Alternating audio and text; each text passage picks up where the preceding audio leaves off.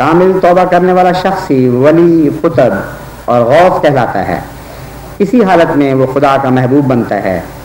اس کے بعد بلائیں اور مصائب جو انسان کے واسطے مقدر ہوتی ہیں ٹل جاتی ہیں۔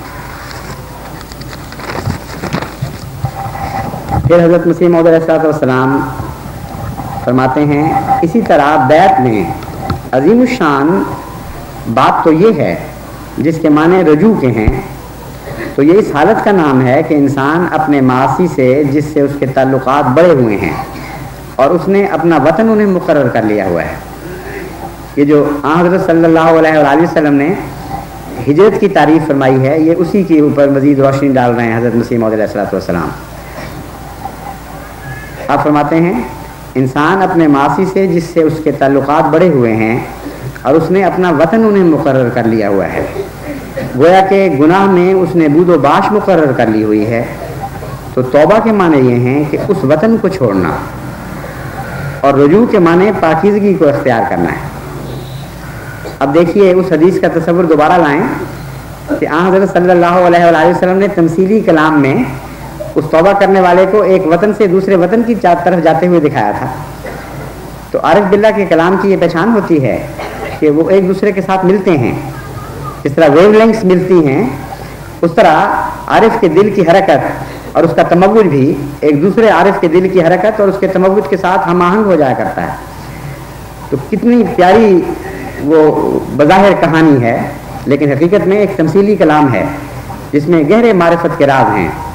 اسی کی تفسیر ہے یہ جو حضرت مسیح موعود علیہ السلام فرما رہے ہیں، اپنا وطن اس نے مقرر کر لیا ہوا ہے، گویا کہ گناہ میں اس نے بود و باش مقرر کر لی ہوئی ہے۔ تو توبہ کے معنی یہ ہیں کہ اس وطن کو چھوڑنا، اور رجوع کے معنی پاکیزگی کو اختیار کرنا۔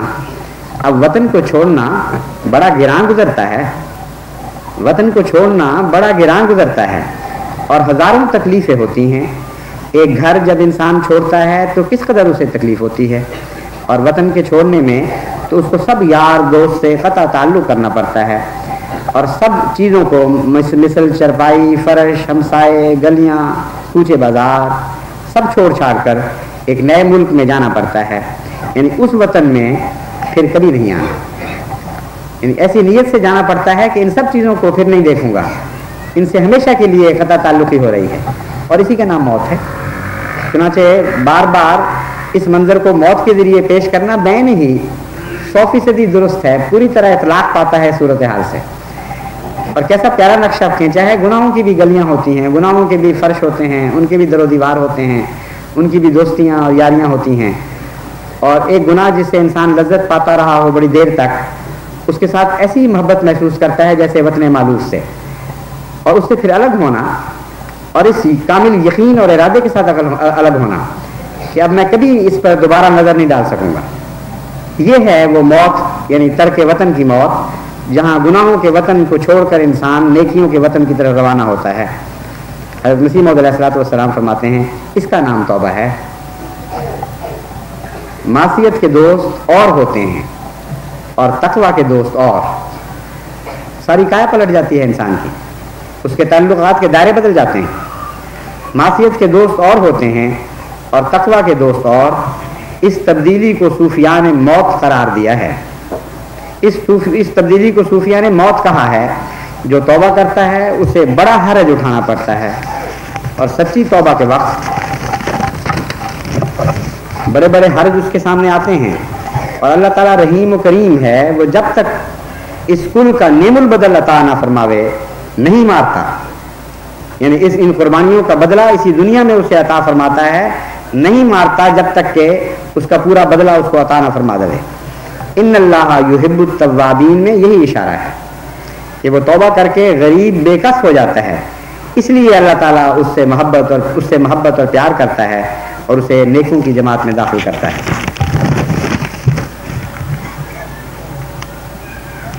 پھر حضرت مسیح موعود علیہ السلام فرماتے ہیں اور نومید مت ہو اور یہ خیال مت کرو کہ ہمارا نفس گناہوں سے بہت آلودہ ہے۔ نومید مت ہو اور یہ خیال مت کرو کہ ہمارا نفس گناہوں سے بہت آلودہ ہے۔ ہماری دعائیں کیا چیز ہیں اور کیا اثر رکھتی ہیں، کیونکہ انسانی نفس جو دراصل محبت الہی کے لیے پیدا کیا گیا ہے، وہ اگرچہ گناہ کی آگ سے سخت مشتعل ہو جائے پھر بھی اس میں ایک ایسی قوت توبہ ہے کہ اس آگ کو بجھا سکتی ہے. جیسا کہ تم دیکھتے ہو ایک پانی کو کیسا ہی آگ سے گرم کیا جائے مگر تاہم جب آگ پر اس کو ڈالا جائے تو وہ آگ کو بجھا دے گا. پھر مسیح موعود علیہ الصلوۃ والسلام فرماتے ہیں بس اٹھو اور توبہ کرو، اٹھو اور توبہ کرو اور اپنے مالک کو نیک کاموں سے راضی کرو، اور یاد رکھو کہ اعتقادی غلطیوں کی سزا تو مرنے کے بعد ہے، اور ہندو یا عیسائی یا مسلمان ہونے کا فیصلہ تو قیامت کے دن ہوگا.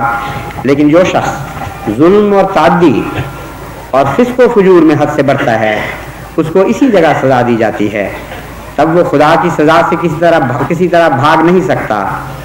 سو اپنے خدا کو جلدی راضی کر لو اور قبل اس کے کہ وہ دن آوے جو خوفناک دن ہے، یعنی طاعون کے زور کا دن جس کی نبیوں نے خبر دی ہے.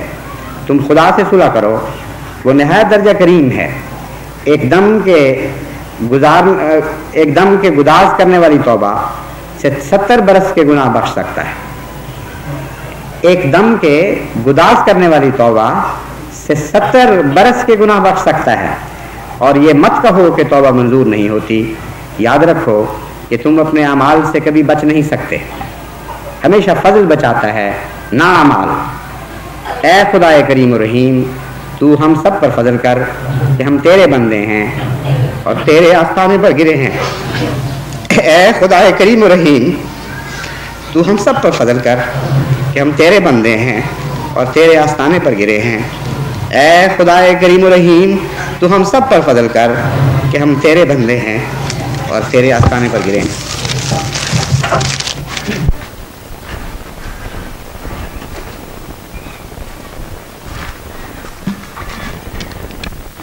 الحمدللہ نحمدہ ونستعینہ ونستغفرہ ونؤمن بہ ونتوکل علیہ ونعوذ باللہ من شرور انفسنا ومن سیئات اعمالنا. من یہدہ اللہ فلا مضل له ومن يضلله فلا هادي له ونشهد ان لا اله الا الله وحده لا شريك له ونشهد ان محمدا عبده ورسوله. عباد اللہ رحمکم اللہ، ان اللہ یامر بالعدل والاحسان وایتاء ذی القربى وینہی عن الفحشاء والمنکر والبغی یعظکم لعلکم تذکرون. اذکروا اللہ یذکرکم وادعوہ یستجب لکم ولذکر اللہ اکبر.